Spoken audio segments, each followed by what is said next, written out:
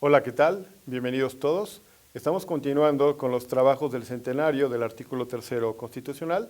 En esta ocasión tenemos el honor y privilegio de tener con nosotros a David Calderón, de Mexicanos Primero. Bienvenido, maestro David. Muchas gracias, maestro Antonio. Agradezco a la UPN la oportunidad de dialogar. Gracias a ti por estar aquí con nosotros. Esta organización conjunta entre el Senado de la República a través de la Comisión de Educación y la Universidad Pedagógica Nacional tiene por objeto conjuntar las voces expertas, hacer un catálogo de esas voces que representan diversos sectores de la sociedad, opiniones especializadas en el tema educativo, y el día de hoy vamos a hablar sobre calidad.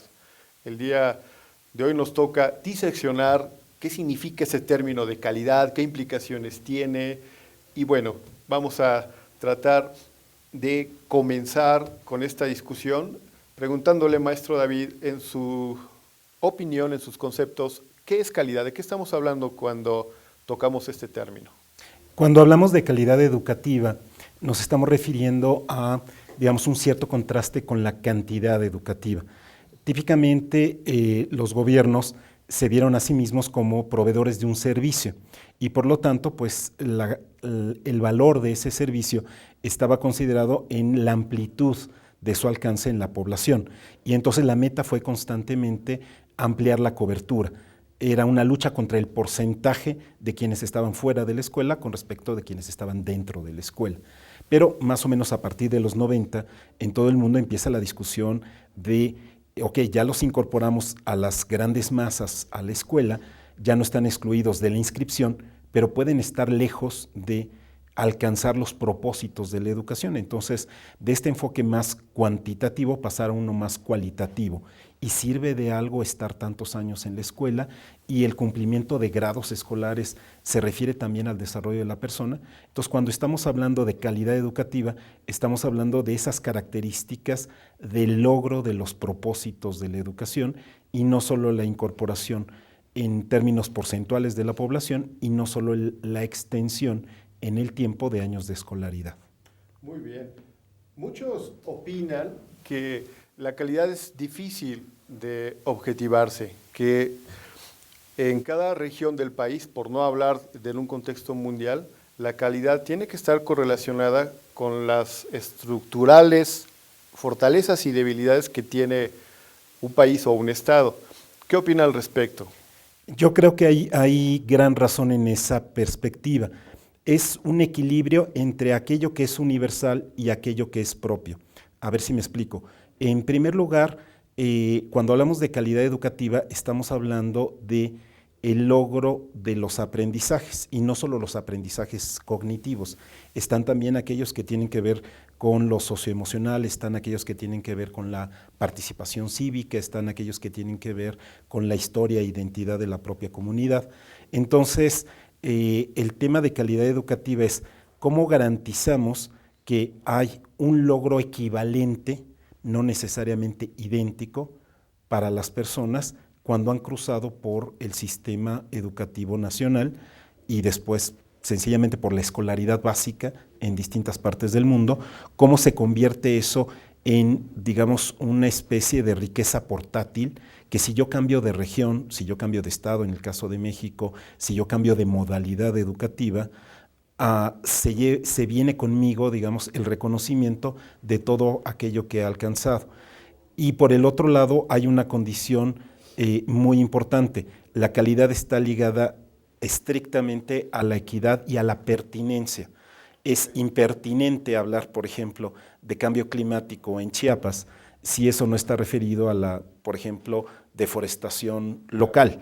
Mientras que el cambio climático en la Ciudad de México pues, tendrá que ver mucho con la calidad del aire. Entonces, es muy importante que los chicos de cuarto año de primaria en la selva de Chiapas, como los de la Ciudad de México, tengan las nociones básicas de cambio climático, que no haya una discrepancia en cuanto a que sea una fortuna que a uno o a otro le tocó un profesor que puede invitarlo a ese conocimiento, que le puede dar ejemplos, que lo puede involucrar con actividades, y al mismo tiempo que ese profesor y el contexto de la escuela y el contexto de la red de apoyo a la escuela, que es responsabilidad de las autoridades, le muestre a cada uno qué es pertinente con respecto del cambio climático y no estar simplemente como con estándares genéricos, porque el niño genérico no existe, la persona genérica no existe, el ciudadano abstracto no existe, ¿no? Somos mexicanos, yucatecos y miembros de una familia al mismo tiempo. Muy bien. Conjeturando una ecuación que genere calidad, ¿cuál sería la variable decisiva o la variable que más influye? ¿Los maestros, la infraestructura, el gasto?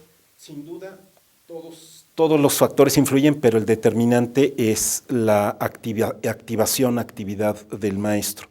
También me explico, es fundamental, si hacemos un análisis muy rápido de cuáles son los componentes estrictos de un sistema educativo, son las personas, las relaciones que establecen, el contexto material en el que se encuentran y la red de apoyo para que se realice el proceso educativo.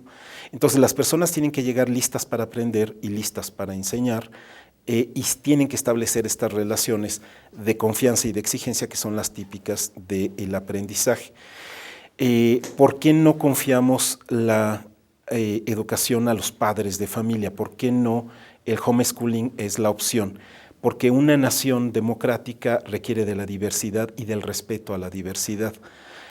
Pero cuando esta diversidad no se puede conjuntar, cuando cada familia con sus propias ideas adecuadas o inadecuadas sobre la ciencia, la evolución, la religión, llevaran a sus hijos a una formación estrictamente según sus parámetros y no un parámetro acordado en la sociedad democrática, entonces tendríamos la multiplicación de los prejuicios y de las divisiones en la sociedad.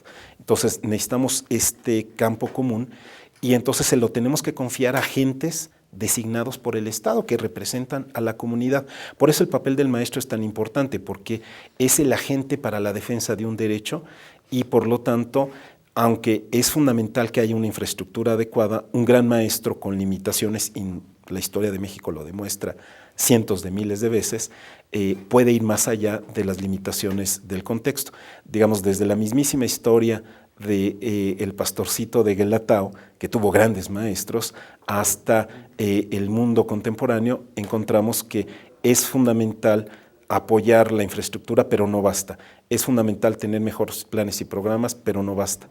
Es importantísimo que el financiamiento sea justo y suficiente, pero no basta. Lo que es determinante es la activación del maestro. Muy bien.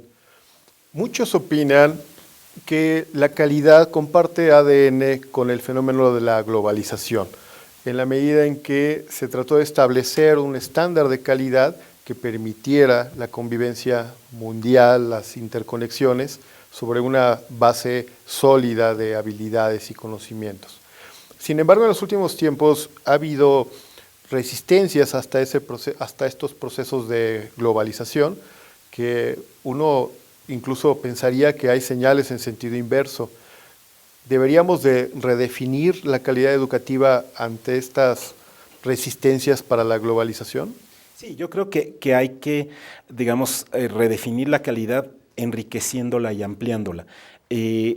Precisamente con esta exigencia de que no fuera solo la cantidad, que no fuera solo, digamos, los sistemas de enseñanza, los servicios ofrecidos por los gobiernos, sino el resultado en las personas, lo que se destacara en el proceso educativo, nos llevó a una reflexión mundial en donde lo que era más fácil de medir es algunos aspectos, especialmente el dominio de la lengua y el pensamiento matemático, porque eso se puede estandarizar, se puede universalizar. Claramente la regla de 3 no está ligada a la cultura del sudeste asiático. La regla de tres es una formalización de la realidad que el Homo sapiens puede dominar o no. O el tema de, en el uso del lenguaje, el que uno comprenda una lectura, si está en la propia lengua o si domina alguna otra, eso también no está sujeto a interpretaciones, digamos, tan semióticas como de eso que resulta, sino sencillamente captar quiénes son los personajes de una historia, pues es fundamental, es como un dominio bastante instrumental y utilitario del lenguaje, pero sienta un parámetro. Entonces, el hecho de que evaluaciones como TIMSS o PISA o PIRLS se hayan convertido en el referente de la calidad educativa tiene una ventaja, universaliza, tiene una gran desventaja, empobrece. Entonces, así como no hay, digamos, básculas para niños desnutridos, y tener una báscula universal nos permite intervenir adecuadamente y entonces que los niños de la selva de Chiapas dominen o no dominen la regla de tres sí es crucial para el mundo contemporáneo, sí es crucial para la supervivencia de su cultura, pero claramente no basta para nombrar todo el fenómeno educativo. Entonces se debe enriquecer con las otras perspectivas que tienen que ver con la identidad, que tienen que ver con los aprendizajes no cognitivos e incluso con los cognitivos que van más allá de lengua y matemáticas. Muy bien. En nuestro país a veces sucede que tenemos diagnósticos acertados de la política pública, podemos elaborar un diseño ad hoc y nos falla la implementación. En el momento de la implementación algo pasa con la política pública. En concreto, con la reforma educativa tenemos ya insertada la calidad en el texto constitucional, tenemos una política pública que empieza a desdoblarse, pero ¿por qué siempre nos falla la implementación? Creo que nos falla la implementación sobre todo por dos dimensiones. Una, porque seguimos arrastrando un sistema vertical y autoritario de manejo de la política educativa. Son pocos los que la definen y después cuando la definen sin márgenes de articulación con las realidades locales. Y en segundo lugar, porque no hay suficiente participación. Nuestros representantes votaron, digamos, los instrumentos normativos de la reforma, pero hasta ahí llegó la participación popular. Después, el involucramiento en las consultas es tardío, es inoportuno, es ya toro pasado. Y voy a poner un ejemplo. El texto de la calidad en el artículo 3º, en la nueva versión 2013, es realmente notable. Es escueto, pero muy rico. Dice que los materiales y métodos, la gestión de las escuelas, la infraestructura educativa y la idoneidad de maestros y directivos deben garantizar el máximo logro de aprendizaje. Entonces se entiende el derecho a la educación como el derecho a aprender y por lo tanto el derecho a tener maestros idóneos, infraestructura adecuada, una organización de las escuelas que favorezca el aprendizaje y, por supuesto, métodos y materiales que a esto correspondan. Cuando ya nos vamos a las otras piezas normativas, casi la única que ha quedado regulada es la idoneidad de maestros y directivos. Entonces, literalmente nos faltan 4 leyes. O sea, ¿dónde está una ley de infraestructura educativa sólida que responda a este enfoque de aprendizaje? ¿Dónde está métodos y materiales si no basta una consulta sobre, digamos, un cambio de plan de estudio, sino dónde hay una pieza normativa de peso suficiente como la de idoneidad con respecto de esto? Y sobre todo el tema de la organización de las escuelas es crucial. Es como sería necesario revisitar el federalismo. Entonces, recapitulando, maestro Aquino, es como en la implementación nos falló que hubo gran participación de la sociedad, de los expertos, de los políticos, de los partidos políticos en el primer momento de definición, pero a la hora de aplicarlo se tuvo una aplicación vertical, autoritaria y por lo tanto incluso los gobiernos de los estados que son los responsables de la administración del sistema educativo, son ellos que contratan a los profesores, son ellos que administran las escuelas, sienten que es la reforma del centro, que es la reforma de la administración del presidente Peña Nieto, que es la visión del secretario de Educación, y entonces tenemos este divorcio entre la realidad de las escuelas y lo que está en el texto. Muy bien. Hablando de educación universitaria, muchos opinarían que si la formación universitaria no permite a un egresado colocarse en el mercado laboral y poder aspirar a la movilidad social, entonces no podemos hablar de calidad educativa en las universidades. ¿Usted está de acuerdo con este punto de vista? No estoy de acuerdo con este punto de vista porque así como se necesita calidad en el sistema educativo, se necesita calidad en el sistema de empleo y de producción. En el caso de México traemos un desfase muy importante. Es decir, hay mucho que criticarle a la educación universitaria en cuanto a su pertinencia. Y entonces sí tiene graves problemas con respecto a la pertinencia laboral, porque nos estamos formando para campos en donde ya la presencia productiva es mínima o ya no es adecuada. Pongo un ejemplo, ya no hay ingeniería mecánica que valga.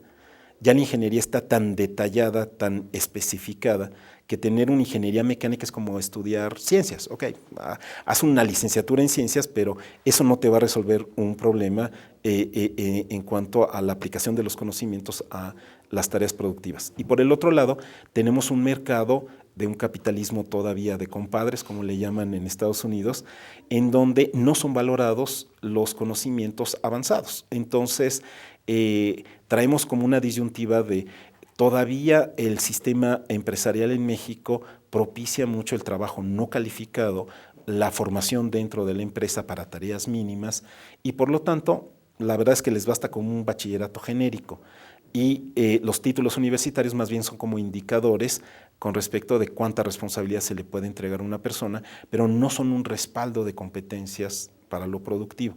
En resumen, puede haber una gran universidad que tiene un nivel de calidad muy adecuado en la formación de sus egresados y estos egresados deberían tener por su capacidad crítica la posibilidad de insertarse en un mercado laboral sabiendo que buena parte de lo que deben aprender como competencias técnicas es después de la universidad. Entonces no le podemos pedir a la universidad que forme para el trabajo, sino que forme para la vida y cuando esto se hace adecuadamente, entonces se puede muy rápidamente captar cuál es lo crucial en ese campo, digamos, productivo y entonces seguirse formando ya al interior. Muy bien. Hay investigaciones que sugieren que si los gobiernos invierten en el desarrollo cognitivo de los preescolares, el rezago educativo sería menor. Incluso algunos estudios señalan una proporción de 13-1 respecto al impacto del gasto en educación, en el que ya no se puede recuperar el rezago de los preescolares si estos entran en su desarrollo cognitivo lento, ¿no? Y otros opinan que es en educación universitaria donde hay que poner las pilas. ¿Usted qué opina? La verdad es que justo yo me inclino por la inversión en primera infancia y creo que no es solo un tema de opinión, es decir, el grueso de la evidencia muestra que nos guste o no nos guste, soy universitario y muy orgulloso, pero el sistema universitario es un sistema aristocrático, es un sistema que no acabó de digamos, desalojar las expectativas de privilegio que tuvo tradicionalmente en el siglo XIX y principios del siglo XX. Entonces, aunque se ha masificado la universidad sigue siendo un espacio de privilegio. Y más dramáticamente en nuestro país, porque los chicos que llegan, por ejemplo, a concluir una licenciatura y empezar a una maestría, si uno ve su contexto socioeconómico, son del quinto quintil digamos, son del quinto o del cuarto quintil, están en el grueso de la población que tiene mayores recursos, no menores recursos. Entonces, le estamos dando una educación universitaria gratuita a quien la podría pagar, y aquellos chicos que no podían pagar ya se nos quedaron, pero en el bachillerato o al final de la secundaria. Entonces, dirigir la inversión social a través de la agencia legítima del Estado a la primera infancia me parece fundamental. En el caso de México tenemos muchísimo trabajo que hacer. Hay en este momento 23 sistemas diferentes que no se hablan de desarrollo infantil temprano, 0 a 3. Entonces están las guarderías, están los centros de desarrollo infantil, no hay parámetros comunes, no hay el cuidado que hay, por ejemplo, en educación básica y ahora por mandato constitucional sobre los agentes, es decir, sobre los adultos que tienen que conducir este aprendizaje. Entonces, no basta tener de nuevo un montón de guarderías, sino que estas efectivamente desarrollen cognitivamente a los chicos. Lo que es dramático es tener un primero de primaria que ya es remedial, cuando uno ya debería tener estas capacidades. Entonces, una sociedad igualitaria comienza desde la edad temprana. Si todavía tenemos ligado que nuestro nivel educativo está relacionado con el nivel de ingreso de nuestros padres, todavía no tenemos una verdadera educación pública y la primera infancia es una gran promesa de emparejar el terreno para la siguiente generación desde muy temprano y no hacerlo como tardíamente ya en la universidad, que también se logra, pero para una fracción mínima de la población. Muy bien. ¿La calidad y la evaluación del desempeño es una calle de doble vía o existen otras alternativas para tener calidad sin evaluación del desempeño? Yo creo que es imprescindible que haya evaluación de desempeño, pero no basta que haya evaluación de desempeño. Sí es fundamental que justamente si estamos encargando a un actor social para que sea el responsable de propiciar el logro de aprendizaje, y para eso está una formación dedicada específicamente para ello. Está el contrato por parte del Estado para que esta persona, a nombre de todos nosotros, forme a nuestros hijos. Entonces, saber qué está haciendo, los resultados públicos del servicio público, de un servidor público, claramente tienen que ser exigibles. Por el otro lado, el pensar que todo se hace una pirámide invertida y cae sobre el profesor. Voy a poner un ejemplo concretísimo. La nueva generación de profesores está en un momento de preocupación y a veces de desánimo porque se les exige una doble evaluación al primer año, al segundo año, antes de hacer un nombramiento definitivo y sin embargo la gran mayoría de ellos no recibieron tutoría, al menos la mitad no recibieron. Falta ver la calidad de la tutoría, pero no recibieron tutoría. Entonces el Estado mexicano está incumpliendo con una responsabilidad para ser exigente y entonces sí es de doble vía en el sentido de que el desempeño para la calidad solo es posible cuando todos son responsables y a todos es exigible. Y entonces no hemos visto un secretario de Educación estatal o un responsable de servicio profesional docente que sea removido por su incumplimiento, es decir, por su falta de idoneidad. Entonces, yo creo que los maestros de México están muy convencidos de que si es un sistema justo, nos podemos evaluar, pero el sistema justo significa que sea pertinente por un lado y en segundo lugar que nos involucre a todos transparencia, a todos exigencia de desempeño y claro, en la calidad educativa va también el tema de métodos y materiales, el tema de infraestructura y el tema de organización de las escuelas. Muy bien.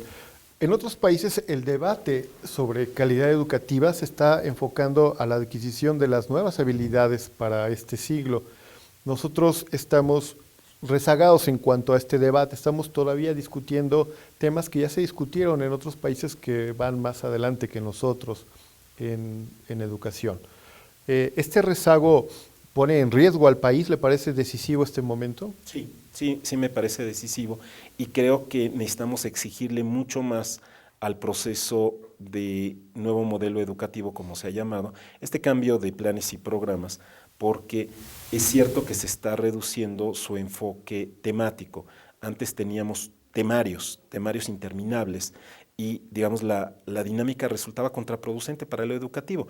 El profesor corría y decía, un día te explico para qué sirve esto, pero tú mecanízalo para que pasemos al siguiente tema. Entonces lo importante era concluir el libro y no aprender. Y es cómo la escuela puede plantearse que no es importante aprender.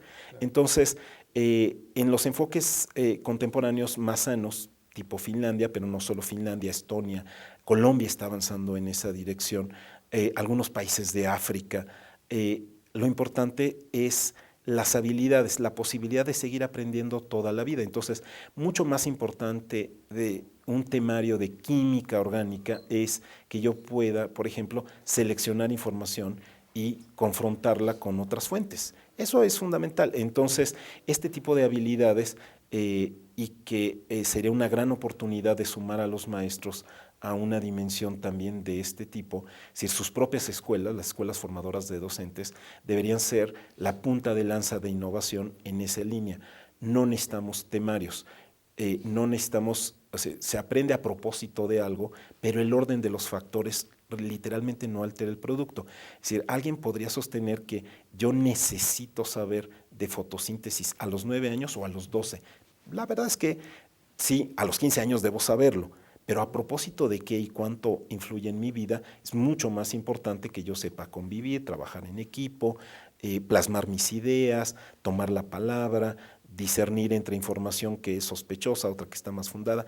Eso me va a durar para toda la vida. En cambio, la tabla periódica de los elementos literalmente la voy a olvidar después del examen. Entonces, es bueno que me enseñen la tabla y me digan, mira, este es un ordenamiento, y el día que necesites saber el número atómico, pues saca la tabla, ¿para qué te la aprendes de memoria, no? En cambio, yo fui formado en la escuela pública y me siento muy orgulloso de ello, pero yo sí, durante muchas tardes, grité, ¿no? Litio, berilio, boro, carbono, nitrógeno, oxígeno, neón, porque tenía que sabérmelo de memoria. Hoy descubro que no era muy relevante eso, pero en cambio mis maestros, a pesar de tener esta limitación de temarios tan mecánicos, sí me dieron estas capacidades, y eso es lo que uno quiere para todos los niños del país, que tengan grandes maestros que más allá de la información nos sigan formando en estas habilidades. Maestro Calderón, ha sido un gran placer platicar con usted y haber escuchado su brillante exposición sobre los temas de la calidad educativa.